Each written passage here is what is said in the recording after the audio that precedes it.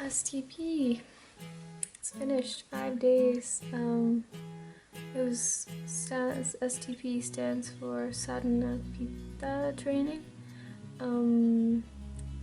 Sadhana practice Pitta seed training. One word to describe my experience was cold. Oh, it was really cold. We only had the clothes on our backs, so a long sleeved shirt, mine's thin, and a sweater, and pants and no shoes. We slept in the barn with a blanket, one blanket each, but we just all had to snuggle together. It was really cold. There was a lot less sleeping, actually, more than just kind of rolling around and trying to get comfortable. It's really great. The schedule was pretty much the same, except all of the meals and meal prep time was spent in the garden working or working in the shed. We had to clean up the shed, and yeah, 2 out of the 5 days it rained. Overall though, I'm talking about the physical, the mental was really, really remarkable.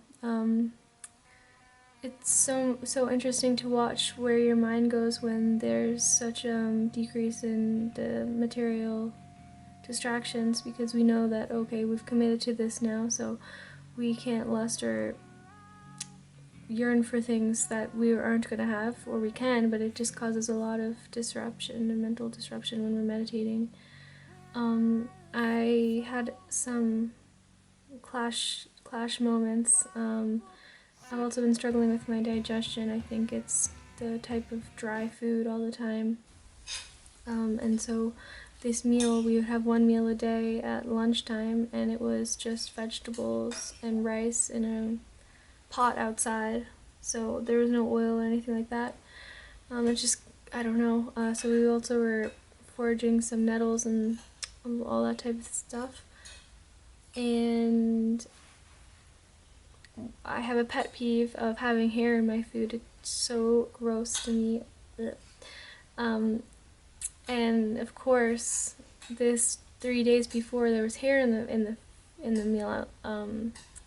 Just because we're cooking on the ground, we're leaning over the food, and it wasn't my hair. But yeah, and I was just about to eat, and I was like, yes, this looks so good, and I was looking at it, and I took my first bite, and then there was this long hair in it, and I just got so upset, just like, oh my god, there's one meal, and that even if I look at it, I can't remove the fact that there was a hair in it from my mind. It's like almost as if the food is marinated with hair. It's so gross to me. Yeah, so I put my plate down and I stormed off, and I started to cry, and I was walking down the road, and I was just like, how come I care so much? There's people who are starving, and I refusing to eat this delicious warm meal. See, I could have eaten it, but I wouldn't. So I just got some apple from the tree. There's so many trees around here, apple trees. And I ate it, and I was crying, walking down the road barefoot, and the neighbors saw, and they don't make eye contact with me anymore. Yeah, but the meditation got so deep and sweet. I came to some really good understanding of different approaches to take while sitting. I know that's just, but yeah, letting the mind do its crazy waves, and then having periods of intense calm and serene feeling.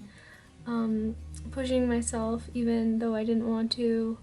Being cold all the time is also another thing that we as humans seek comfort. We're always just like zombies working towards ways to not experience discomfort. Everything that we have, our lifestyle, our house, our clothing, our vehicles, our food even, our relationships, if they're uncomfortable, we automatically, whoa.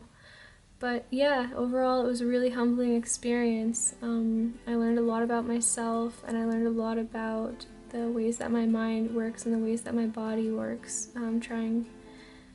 trying to put those, direct them upwards now.